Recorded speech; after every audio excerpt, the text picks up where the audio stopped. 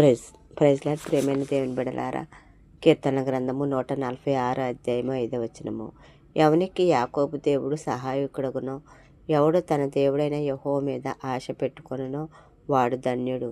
దేవుని మీద ఆశ పెట్టుకొని దేవునిని ఆశ్రయించి ఆయనను వేడుకుంటూ ఉన్న నీ మనవి ఆయన తప్పకుండా ఆలకిస్తూ ఉన్నారు.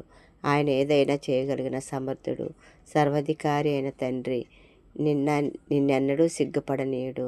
తన యందు భయభక్తులు కల వారి కోరిక ఆయన నెరవేర్చే దేవుడు. నీవు దేవుని యందు విశ్వాసముంచు, ఆయనే నిన్ను ఆదుకొనును.